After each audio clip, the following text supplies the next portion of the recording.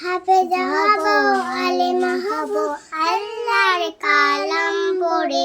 দেরি করো না মাগো তুমি, সাজিয়ে দাও আমারে। হাফেজা হব, আলেমা হব, আল্লাহর কালাম পড়ে। দেরি করো না মাগো তুমি, সাজিয়ে দাও আমারে। বেন প্রভু একটি হরফে, হাজার হাজার হরফ আছে পবিত্র কুরআনে। 10 নেকি দিবেন প্রভু একটি হরফে, হাজার হাজার হরফ আছে পবিত্র কুরআনে।